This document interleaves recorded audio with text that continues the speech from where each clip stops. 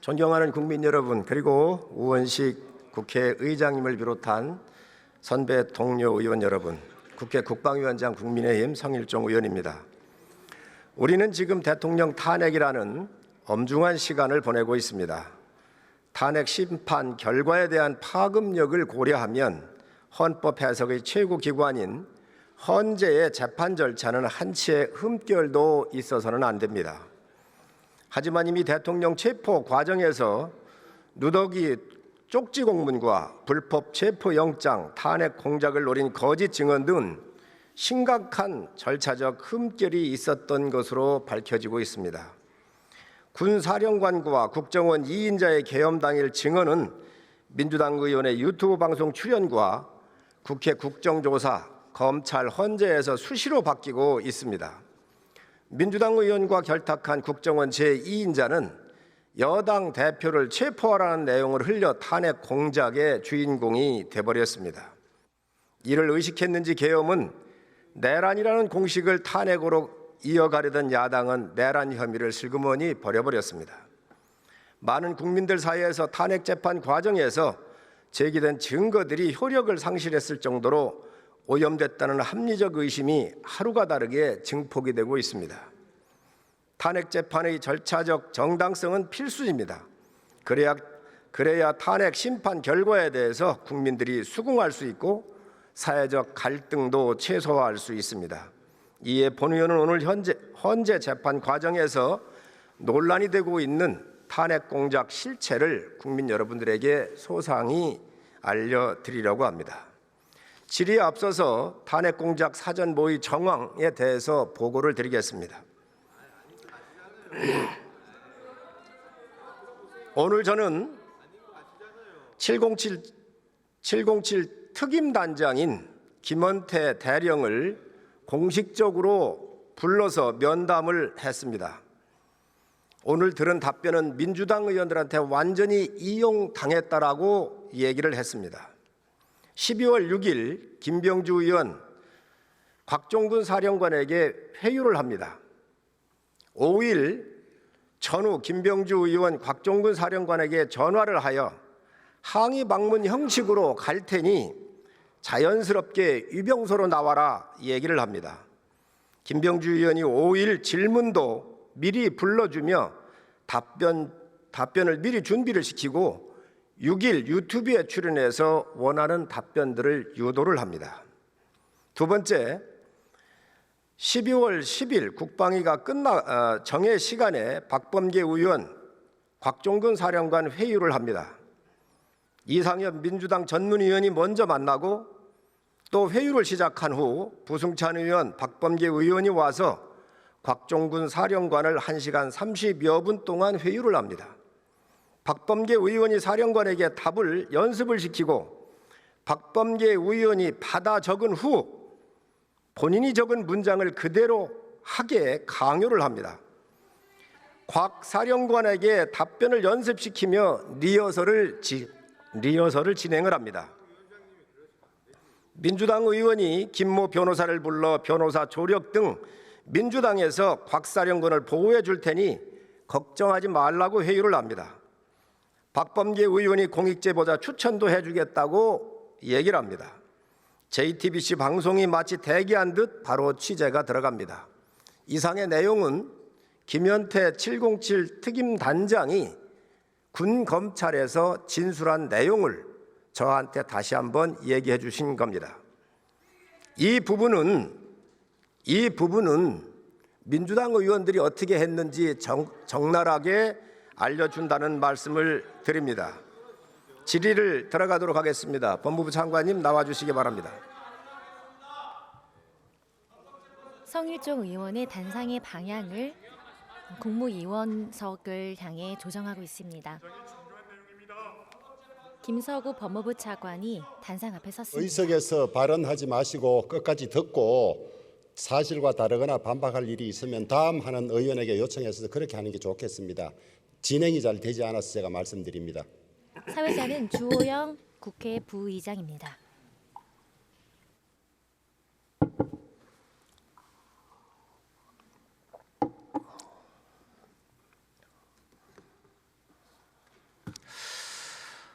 홍정원 국정원 차장 잘 아시지요? 예, 최근에 언론 통해서 얘기 다 들으셨죠? 예, 사건. 이분은 대한민국의 정보기관의 2인자입니다.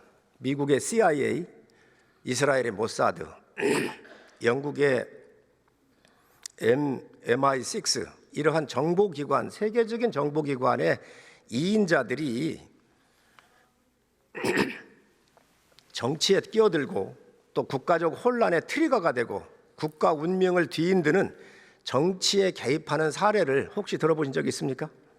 뭐 특별히 그 부분에 대해서는 관심 있게 들여다보지 못해서 특별히 자세하게 아는 내용은 없습니다.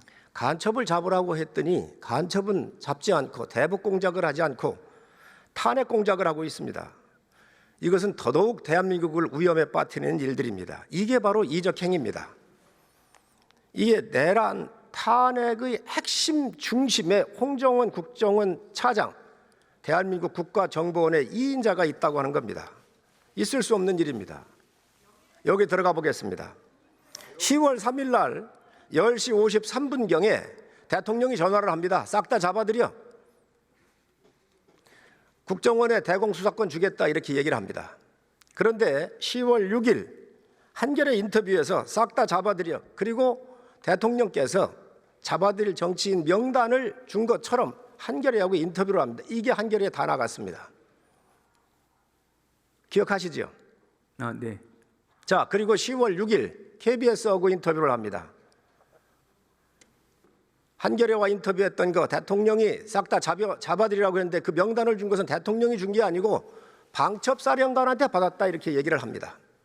기억하십니까? 네. 자, 이것만으로도 보더라도 지금 국정원 직원법은 어떤 게 있느냐? 17조에 의하면 비밀 누설 금지 조항이 있습니다. 위반했습니까? 안 했습니까? 그 부분 구성요건 해당성이라든지 위법성 조각 등등의 논란이 될 수 있는데 이 부분은 제가 구체적으로 말씀드리는 좀 한계는 있을 것 같습니다. 두 번째, 정치 관여 금지 조항이 국정원법에 있습니다. 21조입니다. 여기에 해당이 됩니까? 안 됩니까? 그 부분도 좀 추가 검토가 필요한 사안 같습니다. 차관님, 이렇게 엄중한 사건입니다. 대한민국이 지금 혼란에 빠져 있습니다. 그런데 이 탄핵 공작 핵심에 바로 대통령을 끌어들이고 하지도 않은 이야기를 함으로써 엄청난 혼란을 야기한 사람입니다. 무엇보다도 중요합니다. 그런데 왜 수사를 안 합니까? 왜 수사를 안 합니까? 홍정원 전 1차장의 진술의 신빙성에 대해서 의원님께서 말씀하시는 것으로 이해를 하고 그 부분은 앞으로 재판 과정에서도 신빙성 여부에 대한 법원의 판단이 앞으로 있을 그렇게 얘기하시면 안 됩니다. 지금 검찰이 이 공소장을 헌재에 보냈습니다. 여기에 이런 것들이 나와 있다는 거예요. 틀린 게 너무 많습니다. 그럼 검찰 책임이 있잖아요. 그럼 바로 얼른 이걸 수사를 해야 되는 겁니다. 왜 안 하십니까? 그리고 이에 대한 증거로 메모를 내놨습니다. 알고 계시죠? 네. 그 메모에 대해서 지금 논란이 엄청나게 큽니다. 먼저 대통령께서 이 명단을 적었는데 첫 번째 명단은 적다가 이걸 버렸다 그러잖아요. 그죠? 국에서 버렸다 그럽니다. 그래서 두 번째 자기가 기억을 복귀해서 적었다 그럽니다. 자, 그런데 이걸 복귀하고 누구한테 재작성 시켰느냐 들으셨습니까? 네. 누구한테 재작성 시켰습니까? 보좌관 자기하고 같이 근무하는 그 직원 통해서 작성하게 했다라고 진술한 것으로 알고 있습니다. 이게 살생부입니다. 살생부를 보좌관한테 시키는 사람 보셨습니까? 상식에 맞습니까? 있을 수 없는 이야기입니다. 어떻게 정보의 2인자는 정보를 다루는 사람은 정보의 가치에서 중요합니다. 누구한테 받았는지, 언제 받았는지, 어디에서 받았는지, 무슨 내용을 받았는지 이게 가장 중요한 내용입니다. 그런데 이 내용에 대해서 이게 신빙성이 없고 지금 원본을 버렸다는 거예요. 보좌관을 시켰다는 거예요. 그러면 이보다 더 중요한 게 어디 있습니까? 지금 우리 법무부 차관이 검찰에서 이런 것부터 수사를 안 하면 도대체 어느 거를 수사를 한다는 말입니까? 어떻게 생각하십니까?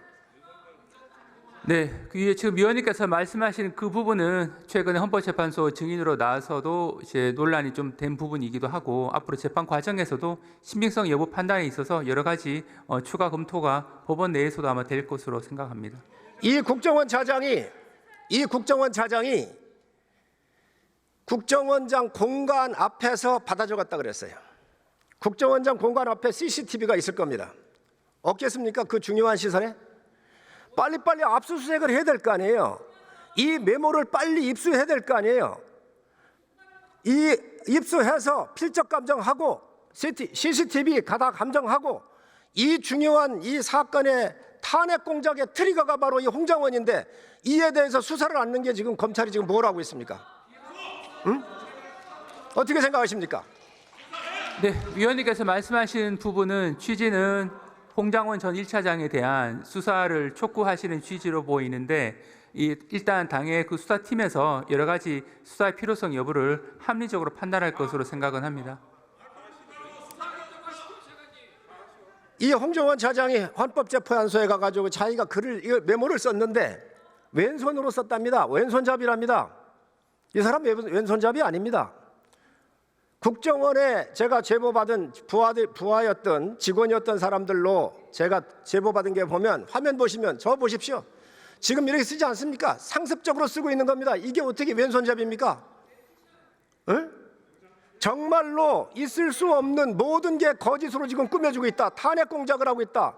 간첩 잡으라고 했더니 탄핵 공작을 하는 주범이 대한민국 정보의 2인자입니다. 이게 수장으로 2인자입니다. 있을 수 있는 일이 아닙니다. 이게 또 방첩사령관한테 받았다는 이야기 잘 들으셨죠? 네네. 거기 사실관계가 맞습니까? 안 맞습니까? 진술이 같습니까? 안 같습니까? 일부 뭐 구체적인 어떤 이제 정확성 이 부분은 제가 구체적으로 말씀드리긴 한계는 있는데 기본적으로 그 공소장에 있는 기본 골격 자체는 이 김명은 국방부 장관이 여인영 방첩사령관에게 이야기했고 여인영 방첩사령관이 이 전화상으로 그 홍장원 1차장에게 이야기한 것으로 이렇게 공소장에 정리가 되어 있는데 구체적인 발언 내용이나 이런 부분들은 추후 재판 과정에서도 좀 세밀하게 검토될 것으로 생각은 합니다. 방첩사령관이 위치 추적을 요청을 했습니다. 위치 추적을. 그런데 그 위치 추적해달라고 하는 걸 다음에 살생부로 이 사람이 둔갑을 시킨 겁니다. 살생부를 누구한테 받았느냐? 먼저는 대통령한테 받았다 그랬잖아요. 있을 수 없는 얘기입니다. 방첩사에 구금시설도 없습니다. 근데 구금시설 얘기를 했다고 그러잖아요. 너무도 또 체포조라고는 말을 썼습니다. 지금 이런 것들이 탄핵 심판에 영향을 주고 있는 거예요. 탄핵 심판에 가 있는 재판관들한테 공소장으로 가 있는 거예요. 그러니 빨리 수사를 해서 이 공소장이 잘못되어 있으면 바꿔주고 제대로 이야기를 해야 될 거 아닙니까? 그런데 이게 지금 언론을 통해서 밝혀지고 있는 거예요. 검찰이 지금 뭐 하고 있어요? 어떻게 생각하십니까? 그 부분은 이제 수사팀에서 합리적으로 판단을 해서 수사가 필요한지 여부에 대한 검토를 할 것으로 생각은 합니다. 또 이 홍장원 차장이 이재명 대표를 비롯해서 한동훈 대표 여러 사람을 잡아들이려고 그랬습니다. 이거에 대해서 홍장원이 직접 얘기했는지 아니면 이게 비밀리에 전달한 사람이 누가 있는지 이 또한 수사를 해야 합니다. 그리고 지금 이 홍장원과 연결되어 있는 게 민주당 의원들입니다. 문자를 주고받았습니다. 다 나왔습니다. 나오고 있습니다. 이러한 부분에 대해서 얼마나 중요한데 정보를 다뤄왔던 이인자가 이러한 정치적 사건에 비밀을 가지고 야당 의원을 만나고 하는 게 이게 상식선으로 맞는 이야기입니까? 안 맞는 이야기입니까? 홍장원 전 차장이 진술하게 된 경위에 대한 어떤 정당성을 말씀하시는 부분으로 이해를 하는데 그 부분은 제가 이 자리에서 평가할 위치에 이해하는 게 아닙니다. 이 수사 대상이 될 수도 있고 정보를 다뤘던 사람이에요. 여기에 탄핵을 공작을 한 징후가 이게 많이 나오는데 이게 야당과 공작이 이루어졌다고 한다면 어떻게 되겠습니까? 지금 이 부분에 대해서 검찰이 빨리 증거를 입수하고 압수수색을 실시해 증거를 확보하고 빨리 수사를 해야 되는 겁니다. 지금 왜? 발언 시간이 추가되어 마이크가 꺼진 네, 앞에서 상태입니다. 말씀드린 바와 같이 수사팀에서 이 부분은 합리적으로 판단할 사항으로 생각합니다.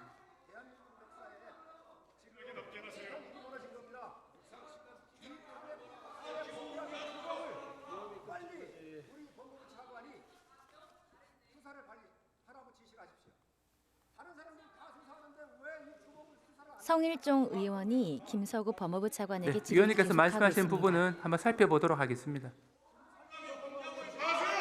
즉각 구속해서 바로 수사하세요. 그래야 이게 진실이 묻어지지 않습니다. 세상에 어떻게 정보를 다루는 사람이 메모지를 받아 적고 즉각 버리고 그리고 보좌관한테 살생부를 이게 정보 기관장을 본 적이 없습니다. 얼마나 중요한 일인데 이렇게 검찰이 수사를 안 하고 있다는 말입니다. 특검하시죠. 빨리 하세요. 네, 아시죠? 살펴보도록 하겠습니다.